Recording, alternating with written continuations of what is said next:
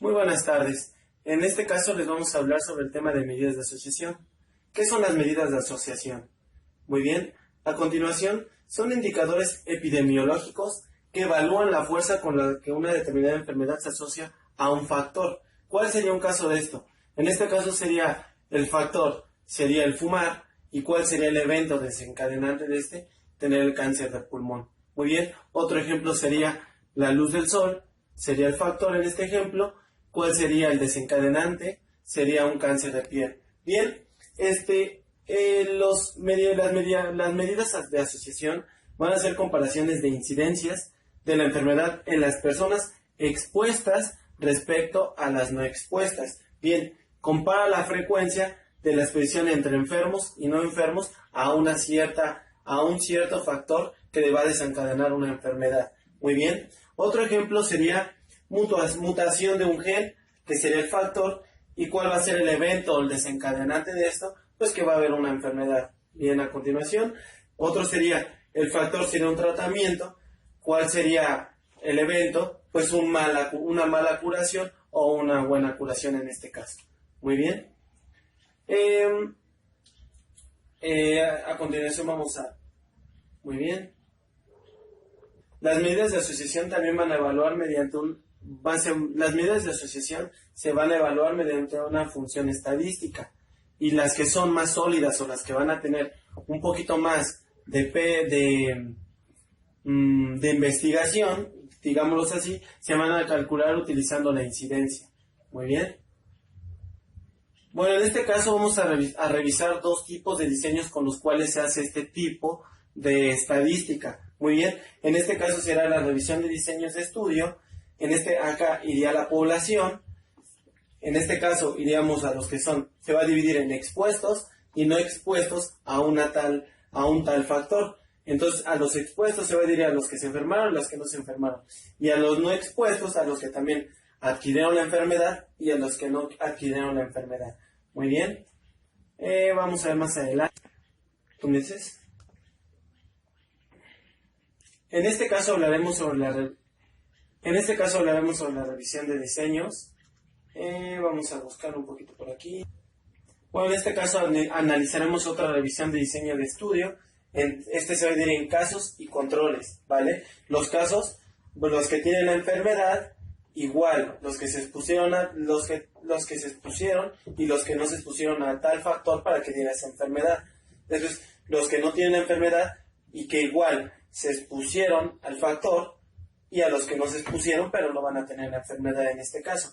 ¿Cuál sería el objetivo de estos diseños?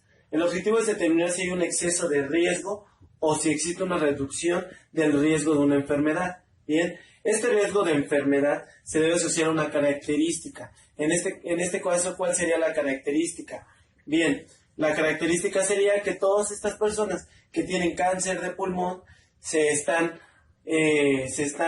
todas fuman. Esa sería una característica, ¿vale? Que todas las personas que tienen cáncer de pulmón fuman, ¿vale? Vamos a ver en este caso, ¿qué es riesgo? Riesgo es la probabilidad que se produzca un acontecimiento. Bien, en este caso sería un ejemplo, la aparición de una enfermedad o el desencadenamiento de la muerte, ¿vale? Vamos a pasarle un poquito. Vamos a hablar ahora del concepto riesgo absoluto. El riesgo absoluto es la incidencia de una enfermedad en una población. En este caso hablaríamos, por ejemplo, en la incidencia de una enfermedad en una población, el sarampión. En el sarampión, existieron 15 casos de sarampión en Zacatlán. Entonces, esa sería la incidencia de una enfermedad en una población, ¿vale?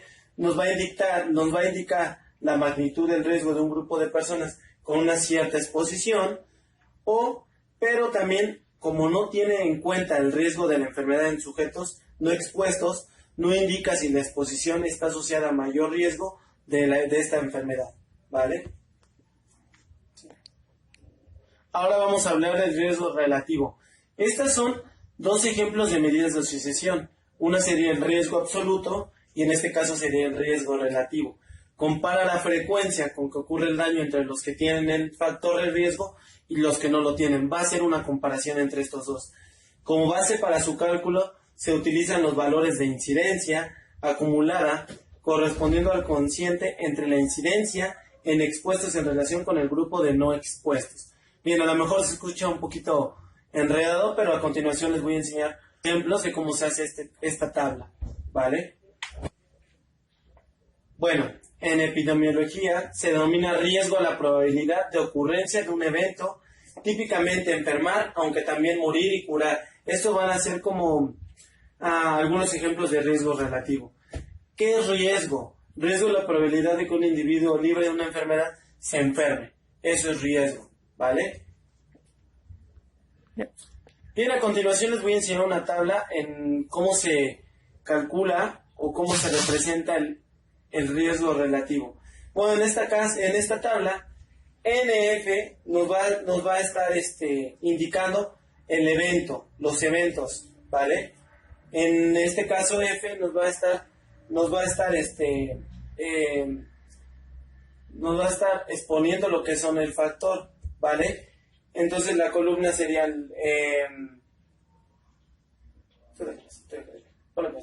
Tres. Bueno, en este caso NF, como se los dije hace rato, va a ser el evento y F va a ser el factor. Bueno, en este caso iría en el NF, podríamos poner acá papiloma humano, supongamos, un ejemplo. Y acá el factor quizás sería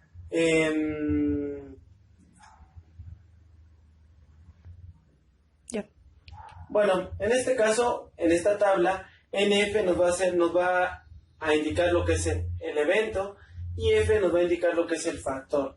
Bueno, en este caso podríamos poner acá el evento sería en este caso un cáncer de piel. ¿Y cuál sería el factor? La exposición al sol. Bien, acá en esta tabla se llena los casos en que se demostró que los que se expusieron al sol tuvieron cáncer de piel, y los casos en los que se expusieron y que no hubo cáncer de piel. Al último se hace una cuantificación o una suma de todo esto y nos va a arrojar la incidencia en esta población, ¿vale? ¿Cuáles son las características de esta tabla? Bueno, no se tiene dimensiones, el rango va desde un 0 hasta el infinito. El riesgo relativo 1, si no hay asociación entre la presencia del factor y el evento, y cuando es mayor a 1, si la asociación es positiva, es decir, si la presencia del factor se asocia a mayor ocurrencia. Ok, continuamos con el tema medidas epidemiológicas de efecto e impacto. Como definición, podemos decir que las medidas de impacto y de asociación cuantifican la relación existente entre variables independientes y variables dependientes. Una de ellas es la exposición o factor de riesgo y la otra el efecto o enfermedad. Como ejemplo podemos determinar en este caso como un problema de salud pública es la diabetes mellitus tipo 2, que la representamos en la siguiente imagen de la izquierda, y como enfermedad, que es el efecto, es la diabetes mellitus tipo 2, y como el factor de riesgo o exposición tenemos que la principal causa o factor de riesgo es el sobrepeso o la obesidad. En este caso, la obesidad viene dada por varias causas. En este caso son principalmente hábitos alimenticios inadecuados. Muy bien, continuamos. Como siguiente medida de efecto tenemos el odds ratio o también OR, también llamado razón de probabilidad que puede suceder entre algo que ocurre o algo que no va a ocurrir. En otras palabras, podemos decir que no es más que la razón entre la odds de exposición observada en el grupo de casos y odds de exposición de un grupo de control. Para aclararlo, vamos a ver la siguiente fórmula y después una siguiente imagen.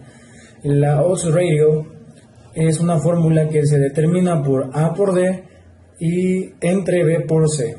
Muy bien, entonces, como imagen mostramos un grupo de estructura de casos y controles. Muy bien, el grupo de casos es el grupo de enfermos o la población que tiene alguna patología diagnosticada, y el grupo control, que es personas sanas.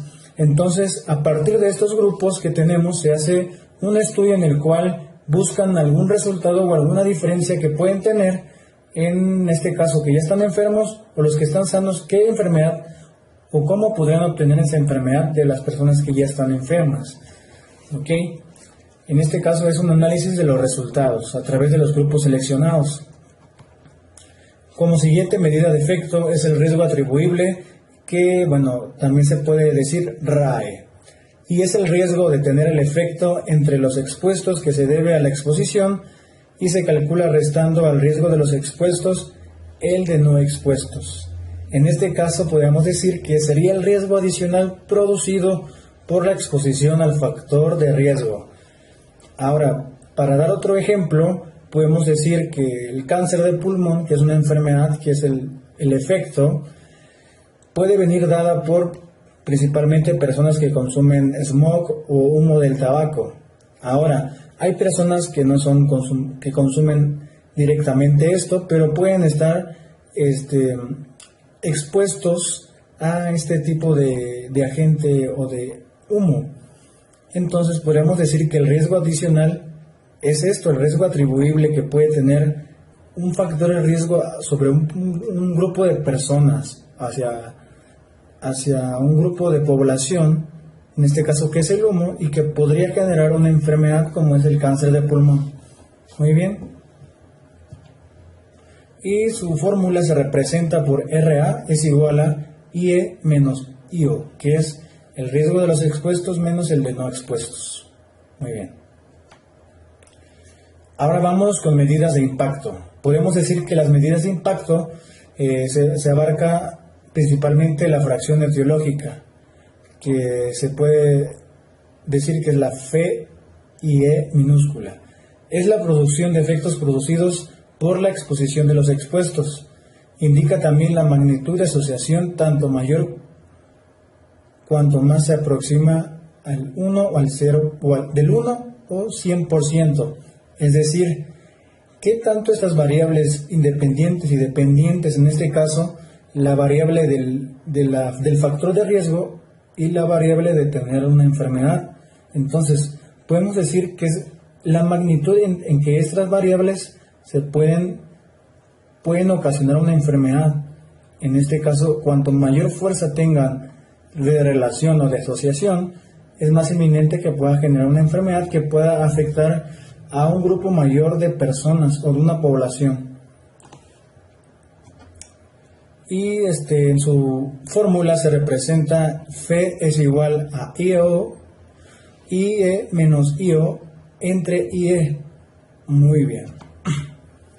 Continuamos con el siguiente tema, que son transiciones demográficas, epidemiológicas y alimentarias. Como transición demográfica podemos decir que es un fenómeno poblacional definido como un proceso evolutivo caracterizado por un descenso importante de la mortalidad y de la natalidad. Esto incluye un desfase en el tiempo que por lo común ocurre entre el descenso de la mortalidad y el de la natalidad. Muy bien. La transición demográfica se abarca en 3 etapas: la etapa incipiente, la etapa moderada y la etapa de plena transición. Continuamos. La transición epidemiológica se refiere a los cambios en el largo plazo en los patrones de mortalidad, enfermedad e invalidez que caracterizan a una población específica y que por lo general se presentan junto con transformaciones demográficas, sociales y económicas. También esta transición epidemiológica tiene 3 etapas. Una se llama pretransición, transición y posttransición. Bueno, como dar un ejemplo, podemos decir que la pretransición abarca la población joven, problemas del medio ambiente, la ruralidad, enfermedades materno-infantiles y enfermedades transmisibles. Como transición, que es la segunda etapa, es una urbanización, envejecimiento, aumento de los factores de riesgo de enfermedades crónicas no transmisibles, coexistencia de enfermedades transmisibles y accidentes. Y como post-transición tenemos un predominio ya de enfermedades crónicas no transmisibles, congénitas y metabólicas, salud mental y accidentes. Como podemos ver, mientras va pasando de un pre hacia un post, las enfermedades pueden irse aumentando desde que empiezan a nacer hasta que ya son un predominio en un lugar o un determinado pueblo.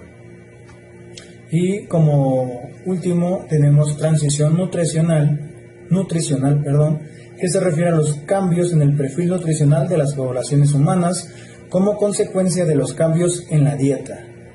Este proceso está determinado por la interacción entre los cambios económicos, demográficos, medioambientales y culturales que ocurren en la sociedad.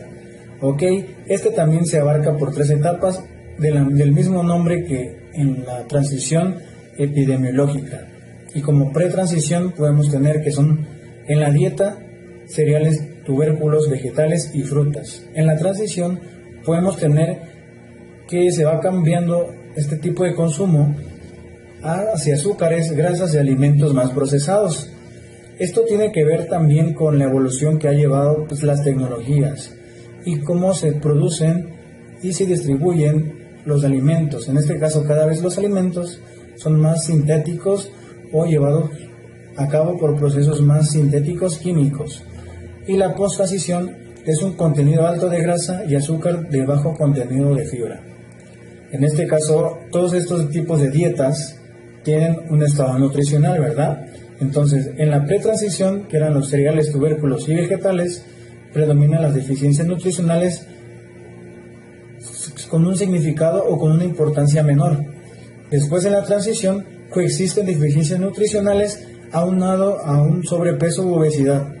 Y la post-transición, podemos decir que estos problemas que pueden generar la obesidad a nivel de la salud o de los sistemas orgánicos, tenemos que son las hiperlipidemias, que es un aumento en la grasa, en este caso a nivel de los vasos sanguíneos, que puede repercutir en una aterosclerosis que puede generar un infarto agudo al miocardio, que es una enfermedad, un padecimiento crónico y que se da como un problema de salud pública.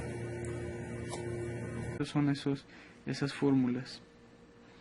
Ahora vamos con los indicadores sociodemográficos y del estado de salud. El sistema de estadísticas sociodemográficas muestran una situación de evolución social del país y de sus jurisdicciones por medio de un conjunto de indicadores que incorpora distintos niveles del análisis, alcanzando los mismos individuos, hogares y familias, y así a grupos poblacionales de interés. Ahora, vamos con la dinámica y estructura de la población. Es un área que se considera como pivote del sistema por influir necesariamente en todos los demás hechos sociales. Los principales indicadores de esta área son el crecimiento de la población, una dinámica demográfica que abarca la fecundidad y esperanza de vida, la composición de la población, que me va a generar indicadores de envejecimiento, como la distribución espacial y migraciones. Otro tema a abordar es la vivienda y saneamiento ambiental. Es una información sobre los distintos tipos de viviendas particulares, enfocando el análisis sobre las características habitacionales y los servicios básicos que debe de tener. Ahora, dentro de la salud, es una situación alcanzada dentro del área de la salud y el acceso a la atención médica por medio de un conjunto de indicadores tales como la mortalidad general, la natalidad y salud reproductiva y la cobertura de salud y de los recursos hospitalarios necesarios. Vamos con la educación. Despliega información vinculada con la asistencia escolar y el rendimiento. Entonces esto va a abarcar el analfabetismo y el nivel de educación alcanzado. Sobre los recursos del sistema educativo y las universidades. Ahora, el trabajo también presenta para la población de 14 años y más de edad las correspondientes tasas de actividad, empleo, desocupación, subocupación por sexo para los 31 aglomerados. Además dispone de información sobre la población económicamente activa, vincula toda esa información con el nivel de educación. Entonces hace también una comparativa de esos indicadores del nivel de educación con la población económicamente activa. Vamos con las condiciones de vida. Muestra la incidencia de la pobreza, los niveles y al mismo tiempo refleja aquellas situaciones de vulnerabilidad. Entonces, para lo cual se valen los indicadores construidos en base al análisis de hogares y de población con necesidades básicas insatisfechas. Continuamos con una situación de la mujer. Proporciona información sobre la situación de las mujeres y las desigualdades de género en distintas dimensiones de la realidad social, abordando temas tales, y aquí vienen los indicadores, como la salud reproductiva, educación, el perfil demográfico como la organización familiar, participación laboral y la participación política, ¿correcto? Los grupos poblacionales, vamos con niños, niñas y adolescentes, jóvenes y adultos mayores. Hay una distribución de cada uno de esos segmentos de población en los hogares. Entonces, en base a eso hay un análisis en la función de las necesidades básicas insatisfechas, como la cobertura de salud, vamos con la mortalidad infanto-juvenil, como así también indicadores de natalidad por provincia, entre otros temas.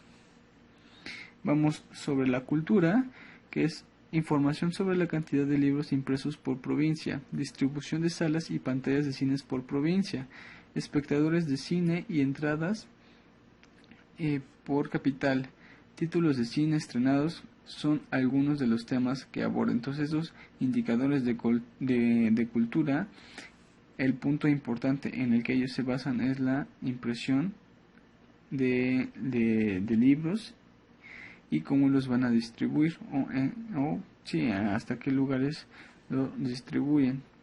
Dentro de la ciencia y tecnología presentan información sobre los hogares por disponibilidad de bienes, y aquí vamos al uso de los TICs o del TIC, como ya por sus siglas en inglés. Entonces, según la presencia de personas de 0 a 14 años y cantidad de personas en el hogar. Entonces, hay hogares sin acceso a internet fija según presencia de personas de 0 a 14 años y cantidad de personas en el hogar. Entonces, se va a hacer cargo de cuántas personas tienen acceso a la tecnología, a la ciencia y a la tecnología. Y bueno, con esto concluimos estos dos temas.